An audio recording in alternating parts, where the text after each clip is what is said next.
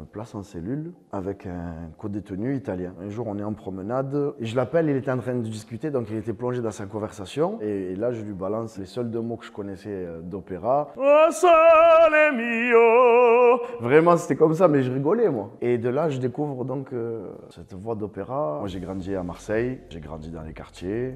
Et puis j'ai deux grands frères à l'opposé de mon vécu. D'ailleurs, eux, c'est la preuve que mes parents nous ont bien éduqués, puisque je me sers d'eux pour dire ça. Parce que j'en ai un qui est CRS et l'autre gendarme. Mes frères ont suivi un parcours très strict et digne de l'éducation qu'ils ont eu de mes parents. Ça a été l'inverse pour moi. En gros, donc j'ai deux grands frères, on a commencé par le karaté. Et à 15 ans, j'ai commencé je voulais aller dans une salle de musculation dans un quartier qui était un quartier pas loin du mien. Et il y a un gars qui est venu, jusqu'à aujourd'hui je ne saurais pas dire pourquoi, il m'a mis une gifle. Il avait quand même le double de mon âge, j'avais 15, lui la trentaine. Et en partant, je lui ai dit écoute, bon, je ne vais pas dire les gros mots. En partant, je lui ai dit voilà, n'oublie pas une chose, c'est que les petits grandissent. Et je t'aurai, voilà, pour rester poli. Donc je pars, il me court après, suite à l'insulte. J'ai réussi à m'échapper et je rentre chez moi, je voulais plus faire de karaté. Voilà, je voulais un sport violent parce que j'avais en tête je voulais me venger. Voilà, c'était hors de question que ça s'arrête là. J'ai rien dit à personne parce que si j'en avais parlé à mes frères, ils seraient allés l'attraper. Donc j'ai préféré ne rien dire. Et le temps est passé, donc j'ai commencé par la boxe thaï, ensuite j'ai commencé les compétitions de boxe thaï, je me suis entraîné en lutte, tous les sports de combat. Et un jour j'entends qu'il y a un club de MMA, donc combat, qui était interdit à l'époque en France, parce que c'est autorisé depuis très peu de temps. Moi j'avais 16 ans, l'entraîneur ne voulait pas que je m'entraîne parce que j'étais mineur, ouais, j'étais jeune. Je lui ai dit mets les gants avec moi, il a senti qu'il y avait quelque chose, voilà, une envie, une niaque. Et je m'entraîne, 18 ans. Donc je suis prêt à combattre. Mon entraîneur qui me dit première compétition, on y va. Je commençais un combat, et puis bizarrement, dans chaque combat, j'avais sa tête. Pour moi, c'était lui qui était face à moi. Et j'apprends avec le temps que c'est un chef de réseau. Donc je m'en foutais quand même. Oh non, rien à foutre. Je vais dans son quartier, je préviens tous les jeunes de son quartier que je dois régler mes comptes avec lui. Voilà, ça c'était 3 ans après. Et un jour, je tombe dessus, j'avais 19 ans, et c'était ma première condamnation. Je rentre en prison 1 an parce que on s'est battu et il a porté plainte. De la prison, donc je fais des connaissances et puis je m'entoure. Les plus grosses associations de malfaiteurs, elles se font en prison, elles ne se font pas à l'extérieur. Et on me donne l'idée de récupérer son réseau, chose que j'ai fait. Et moi je me suis dit, tant qu'à faire, comment bien le faire chier. Voilà. Récupérer ce pourquoi il est prêt à crever, quoi. Il y a différentes manières de récupérer un réseau. Il y a la voie de l'intimidation, il y a la voie qui est plus violente, et il y a la voie très violente, c'est les meurtres à Marseille, donc on n'entend que ça. Et puis moi ça a été l'intimidation, puisque surtout avant on s'était battu, et il savait que en fait je pense qu'il a compris que je lâchais pas. Quand j'avais quelque chose en tête, je ne lâchais pas. Donc, suite à ça, je plonge carrément dans le milieu du stup. Et petit à petit, il n'y avait plus ce sentiment de vengeance, mais ce sentiment de gourmandise, parce qu'on rentre dans une spirale et on ne contrôle plus rien. Pris par l'argent, on n'a plus de limite. C'est pour ça que je reviens toujours à l'éducation de mes parents, parce que vraiment, c'est ce qui m'a sauvé. C'est ce qui a fait que j'ai jamais tué. C'est parce que dès qu'on a un réseau, automatiquement, qui dit réseau dit argent. Donc, qui dit argent dit attaque jalouse ou d'opportuniste ou n'importe. Hein. Ça y est, il y a tous les loups qui commencent à entourer. Et c'est pour ça qu'on entend aujourd'hui beaucoup de meurtres, parce que les gens, ça arrache les réseaux maintenant. Donc, je rentre en prison. Et pendant cette période, il se passe quelque chose d'exceptionnel. Quand je rentre, on me place en cellule avec un co-détenu italien qui est rentré pour meurtre. Je suis un peu distant, je suis méfiant, parce que j'avais pas... On me dit il est rentré pour meurtre, j'avais peur que dans la nuit, il me prenne une lame.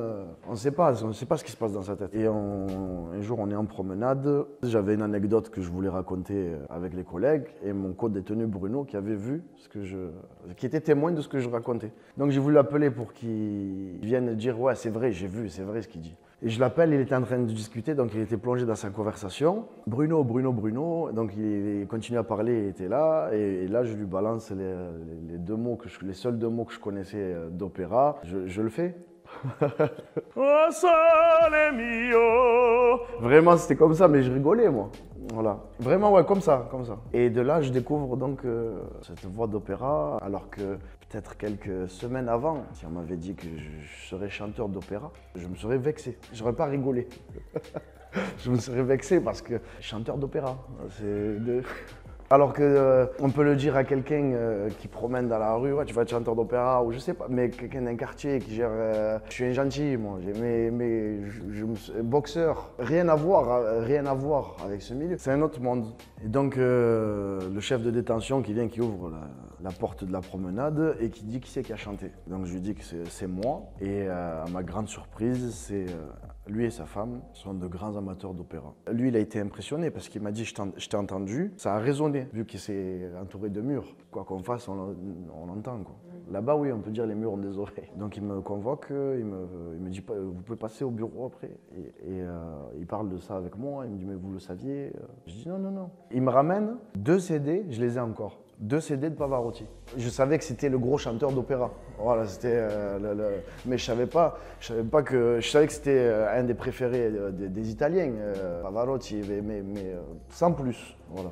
Et puis je commence à écouter et en cellule, j'avais mon co-détenu italien qui me traduisait les paroles. Et au plus, j'écoutais de l'opéra, au plus, j'avais des traductions et en gros, plus je me nourrissais d'opéra, et plus ça me parlait, et c'est devenu vraiment une passion. De là, on m'appelle Nabil le chanteur.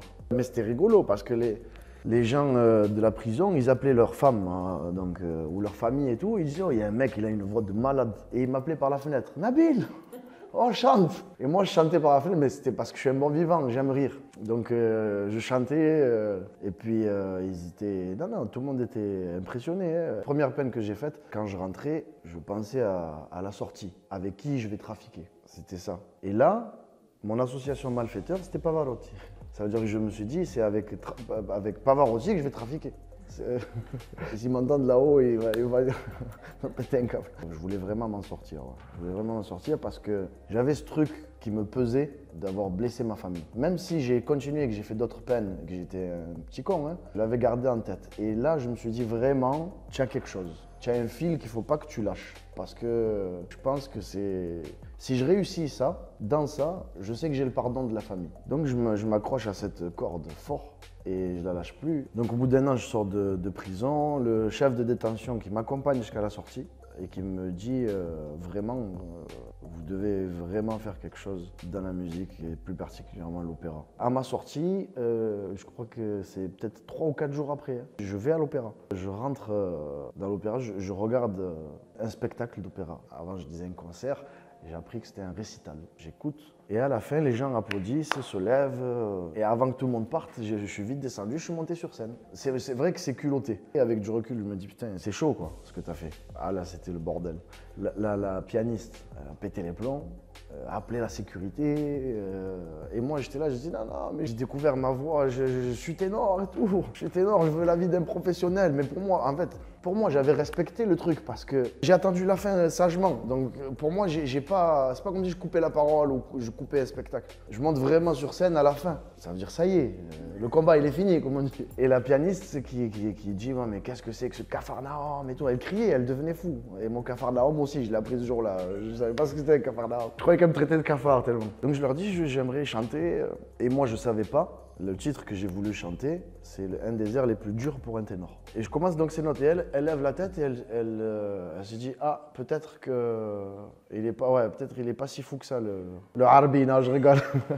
Donc j'interprète le titre et ça monte vocalement et à la fin les notes qui sont tout là-haut, je les chope et au moment où je me tourne, parce que je chantais, je me tourne et je vois la pianiste, elle joue avec les larmes. Donc c'était incroyable. C'est un moment que j'oublierai jamais de ma vie. Et parmi les gens qui avaient, il y a un ténor donc, qui chantait là-bas. Lui qui était chanteur, Norbert Gzeri, qui est devenu mon prof d'opéra.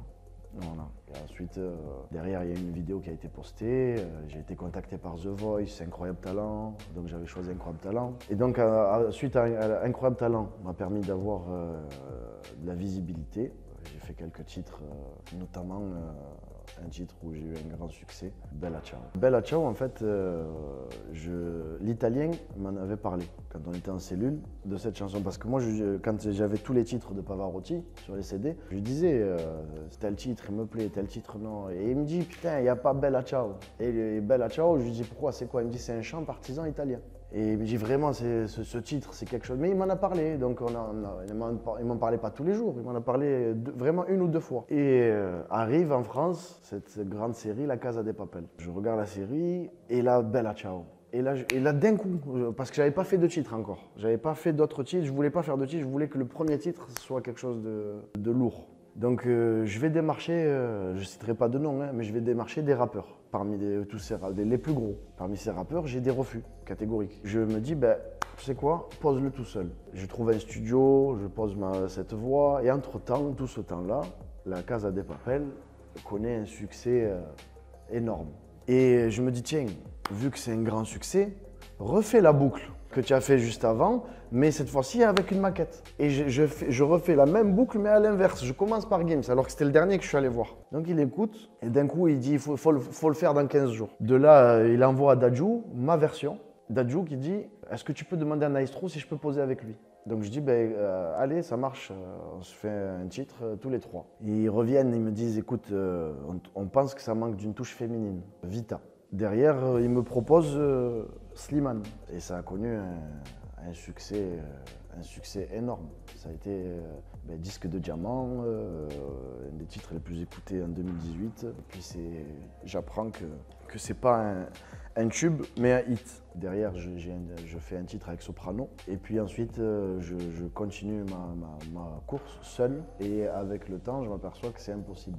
Mais j'en ai encore plus pris conscience le jour où je rencontre donc, mon manager. On est en studio. Et puis il me dit, écoute, parce que je voulais faire des feats avec ce côté opéra et avec des rappeurs. Il me dit, Nabil, tu viens des quartiers, tu sais rapper? Je dis oui. Il me dit, alors tu vas chanter et rapper. Il a cette idée d'appeler donc ce nouveau style urban opéra parce que le nouveau titre qu'on fait et que je raconte via le clip, un peu l'histoire de ma vie. Dans ce clip-là, en fait, je reprends un air d'opéra où je chante E luce va le stelle, donc le titre que j'ai fait à l'opéra quand c'était le Capharnaüm. Je fais ce titre et moi j'aime chanter ce titre quand les notes sont hautes. Et les notes basses, je ne vais pas dire je m'ennuie, mais un peu. Alors je me suis dit tiens, je vais garder les notes qui m'impressionnent moi personnellement et les parties qui sont un peu ennuyeuses, je vais les placer en rap. Donc on a rappé en italien un air d'opéra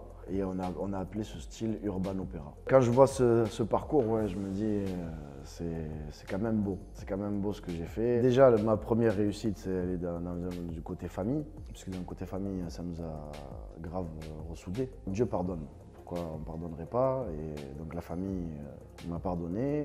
Mes frères aussi, même si je leur ai un peu fait tomber la figure face à leurs collègues et surtout leurs supérieurs de la police et tout ça parce que mais bon, après, moi c'est moi et eux c'est eux. C'est-à-dire que chacun a son truc, chacun prend son chemin, on ne peut pas le pointer du doigt non plus. Mais après, j'ai fait de mal à personne, j'ai pas tué, j'ai pas braqué des gens, j'ai pas. Donc, des remords à ce niveau-là, oui et non, parce que c'est pas bien quand même ce que j'ai fait.